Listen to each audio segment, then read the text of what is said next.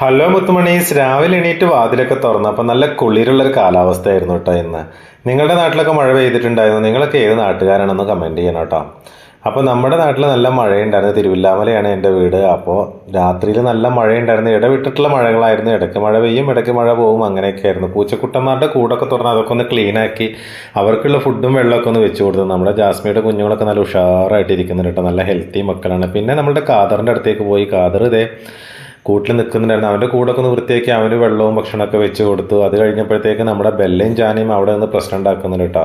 അവർക്കുള്ള ഫുഡും ആയപ്പോൾ അവർക്കും ഫുഡ് കൊടുക്കാമെന്ന് വിചാരിച്ചു. അവർക്ക് രണ്ടുപേർക്കും അവിടെ കാർപ്പുറച്ചിൽ നമ്മൾ പാത്രങ്ങളിൽ ഫുഡാക്കിയതിന് ശേഷം ഞാനിതുപോലെ തുറന്നു വിടുമ്പോൾ ഭയങ്കര സ്പീഡിൽ അവർ രണ്ടാളും ഓടി വരും. അത് കാണാൻ എനിക്ക് ഭയങ്കര ഇഷ്ടമാണ്. ചില സമയങ്ങളിലൊക്കെ അവർ ഭക്ഷണത്തിൻ്റെ അടുത്തേക്ക് സ്പീഡിൽ ഓടി വന്നിട്ട് അവിടെ വന്നിട്ട് വീഴുകയൊക്കെ ചെയ്യും കേട്ടോ. അപ്പോൾ എനിക്ക് ചിലപ്പോൾ ചിരിയൊക്കെ വരാറുണ്ട്. അങ്ങനെയാണ് രണ്ടുപേരുടെയും ആ ഒരു എന്താ പറയുക ഭക്ഷണത്തിനോടുള്ള കാര്യങ്ങൾ.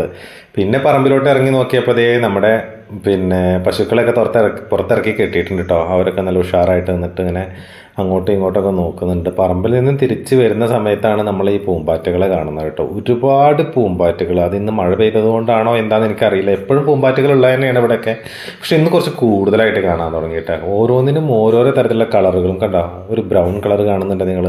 അതിൻ്റെയൊക്കെ ആ ഒരു ചിറകിലുണ്ടാവുന്ന ആ ഒരു ഡിസൈൻസിൻ്റെ ഡീറ്റെയിലിംഗ് ഉണ്ടല്ലോ, അടിപൊളിയാണ് കേട്ടോ. പിന്നെ അതേ നമ്മുടെ പണ്ടത്തെ തുമ്പി, ഇങ്ങനെ ഓരോരോ സംഭവങ്ങളായിട്ട് പറമ്പിലൂടെ അങ്ങനെ നടക്കുകയായിരുന്നു കേട്ടോ. ഞാൻ സത്യം പറഞ്ഞു കഴിഞ്ഞാൽ രാവിലത്തെ എല്ലാ കാര്യങ്ങളും മറന്നു ഇതൊക്കെ കണ്ടപ്പോട്ടോ. എൻ്റെ സ്വഭാവം ഇങ്ങനെയൊക്കെയാണ്.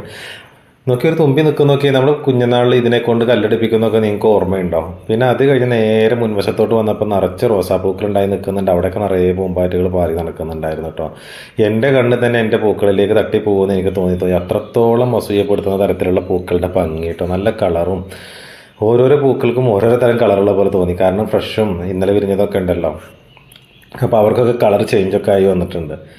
ഇത് കാണുന്നുണ്ട് നിങ്ങൾ. ഈ ഒരു പൂമ്പാറ്റയുടെ ചിറകുകൾക്കുള്ള ഭംഗി നോക്കിയാൽ നിങ്ങൾ, അതിൻ്റെ ആ ഡിസൈൻ നോക്കിയാൽ, പ്രകൃതി എന്തൊരു മനോഹരമായിട്ടാണ് ഇവരൊക്കെ സൃഷ്ടിച്ചിട്ടുള്ളത് അല്ലേ.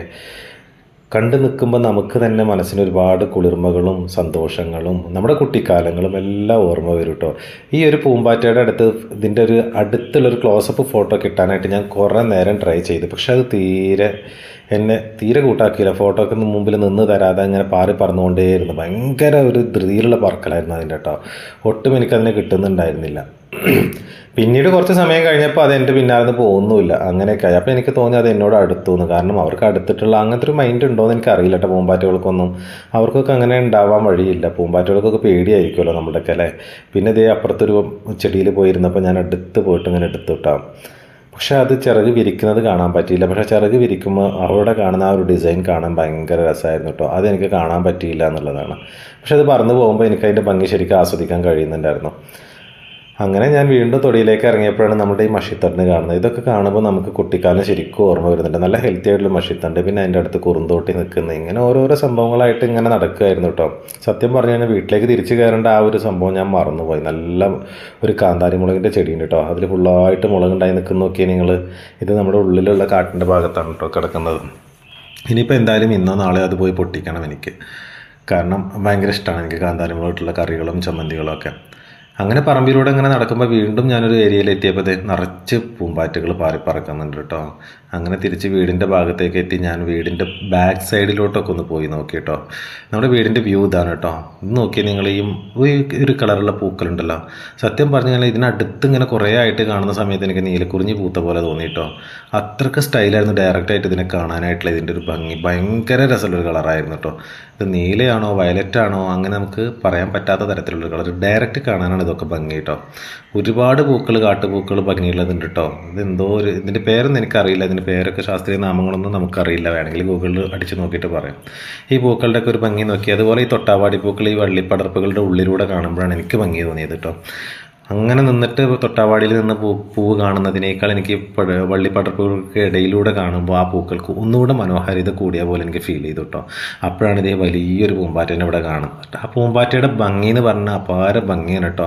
എനിക്ക് ക്ലോസപ്പിലുള്ള ഫോട്ടോസൊന്നും എടുക്കാൻ പറ്റിയില്ല. പിന്നെ അവർ നിന്ന് തരുന്നില്ലല്ലോ, അവർ പറന്നുകൊണ്ടിരിക്കുകയല്ലേ സൗണ്ട് കേൾക്കുമ്പോഴത്തേക്ക്. എങ്കിലും ഞാൻ സ്ലോ മോഷനിലൊന്ന് എടുക്കാമെന്ന് വിചാരിച്ചു കേട്ടോ. ഒരു ഭാഗം ഞാൻ കുറച്ച് അങ്ങനെ എടുത്തിട്ടുണ്ട്. അവൻ നോക്കൂട്ടോ അതിൻ്റെ ഭംഗി. ശരിക്കും ഒരു കുഞ്ഞു കിളിയുടെ അത്രയും വലുപ്പമുണ്ട് അത് കേട്ടോ. ഞാൻ ഇത്രയും കുറച്ച് ഹൈറ്റിൽ നിന്നാണ് ഞാനത് എടുക്കുന്നത്. ഇപ്പുറത്തൊരു മതിലിൻ്റെ സൈഡിൽ നിന്നിട്ട്. പക്ഷേ എന്നാലും അതിൻ്റെ ഒരു സൈസ് നോക്കി നിങ്ങൾ കുറച്ച് നേരമൊക്കെ ഞാൻ അങ്ങനെ പരമാവധി എടുക്കാൻ വേണ്ടി നോക്കി അടുത്തേക്ക് പോകുമ്പോൾ തോറും അത് പറന്ന് പോകാൻ വേണ്ടി ശ്രമിക്കുകയായിരുന്നു കേട്ടോ. അപ്പോൾ അതുകൊണ്ട് തന്നെ എനിക്ക് കൂടുതലായിട്ട് കിട്ടിയില്ല. നിങ്ങൾക്ക് കാണാൻ പറ്റുന്നുണ്ടോ എന്നുള്ളത് എനിക്കറിയില്ല. പക്ഷെ അത് ഭയങ്കര ഭംഗിയായിരുന്നു. നല്ലൊരു ബ്ലാക്കും അതിൽ വൈറ്റ് ഷെയ്ഡും പിന്നെ അതിൻ്റെ ഇടയിൽ കൂടി ഒരു ചാര നിറമൊക്കെ ഇറങ്ങിപ്പോയിട്ടുള്ള ഒരു ഡീറ്റെയിലിംഗ് ഒക്കെ ഉണ്ടായിരുന്നു ഡിസൈൻസിന് കേട്ടോ. പിന്നെ അത് പറന്നുപോയി. ഒരു കിളി പറക്കുന്ന ലാഘവത്തോടെയാണ് പറന്നു പോയത്. ഫബി വിളിച്ചുകൊണ്ടേ ഇരിക്കുന്നുണ്ട് എന്താണ് അവൻ ഉണ്ടാക്കിയിട്ടുള്ളത്. ഞാനൊന്ന് വീട്ടിലോട്ട് കയറി പോകാമെന്ന് വിചാരിച്ചു. വെറുതെ അല്ല ചുമ്മാതല്ല ഫബി വിളിച്ചുകൊണ്ടിരുന്നത്. നല്ല ഊത്തപ്പം ഉണ്ടാക്കുന്നുണ്ട്, നല്ല നെയ്യൊക്കെ ഒഴിച്ചിട്ട്, പിന്നെ നല്ല കട്ടിയുള്ള തേങ്ങാ ചട്നിയും ചായയുണ്ട്. അപ്പോൾ നിങ്ങൾക്ക് ആർക്കെങ്കിലും കഴിക്കണമെങ്കിൽ ഇങ്ങോട്ട് പോരെ കേട്ടോ. തിരുവില്ലാമല കാട്ടുളത്തേക്ക് വന്നാൽ മതി, നമ്മുടെ വീട്ടിലേക്ക് നേരെ പോരെ. അപ്പോൾ ഇൻഷാല്ല അടുത്ത വീഡിയോയിൽ കാണാം.